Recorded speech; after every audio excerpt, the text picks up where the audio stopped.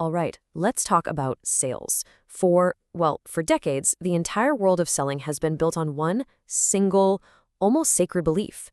But what if a massive study proved that belief was not just a little off, but actually dangerously wrong?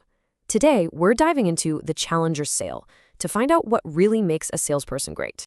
You know the idea, right? We've all been taught this. To be good at sales, you have to build these deep, personal relationships with your customers. You got to be agreeable, you got to be responsive, just get them to like you, and the deals will magically follow.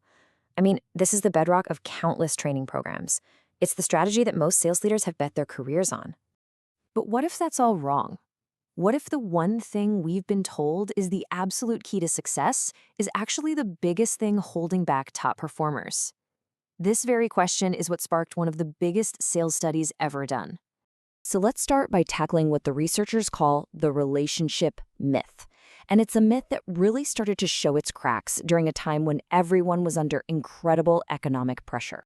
The story really kicks off back in 2009, right in the middle of the big economic meltdown. Customers were disappearing, deals were just drying up, and, most sales reps were just trying to keep their heads above water. But here's the thing. A small group of reps weren't just surviving, they were absolutely crushing it. They were closing these huge deals, and it made everyone wonder, what on earth were they doing differently? And you have to remember the context here. This was happening during the rise of what's called solution selling. Selling wasn't about just moving a simple product anymore. Nope, it's now about selling these complex, expensive, and often disruptive solutions that get woven right into a customer's business. And that makes the whole process way, way harder for everybody. And this chart really shows you what I mean. In a simple sale, yeah, the gap between your average rep and a star performer is pretty big, about 59%. But look what happens when you move to a complex solution sale. That gap just explodes to almost 200%. Your stars aren't just a little bit better. They're playing a completely different sport.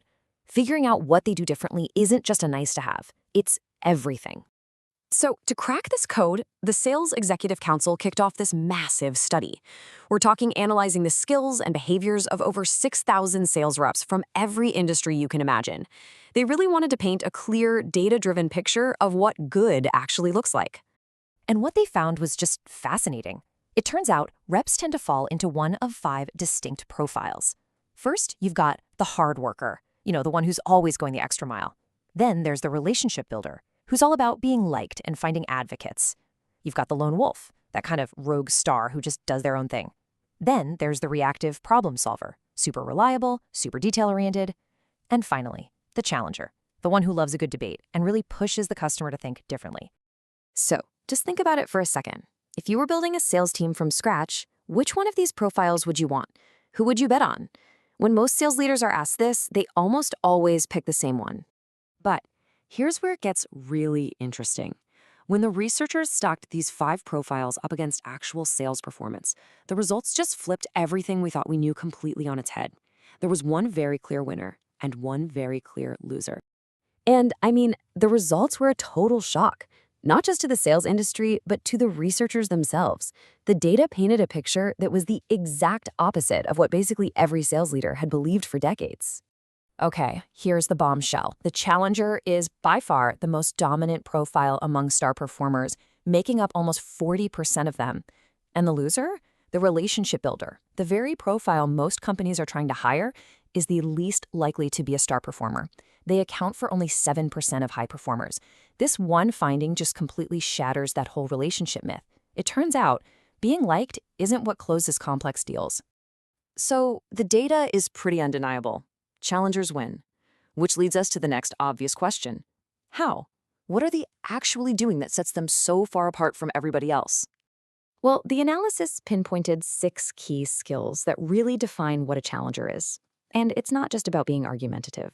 They teach their customers something new by offering unique perspectives. They're great at two-way communication, meaning they're not afraid of a healthy debate. And crucially, they really understand what drives value for the customer's business. And they're comfortable talking about money and taking control to push for a decision. It's a really powerful mix of skills. In fact, you can boil all those skills down to a pretty simple and really powerful framework. Challengers win because they do three things better than anyone else. They teach their customers something new and valuable, which makes them stand out. They tailor their message so it really hits home with the people who make the decisions. And they take control of the sale, professionally and assertively. It's like the sales legend Neil Rackham said.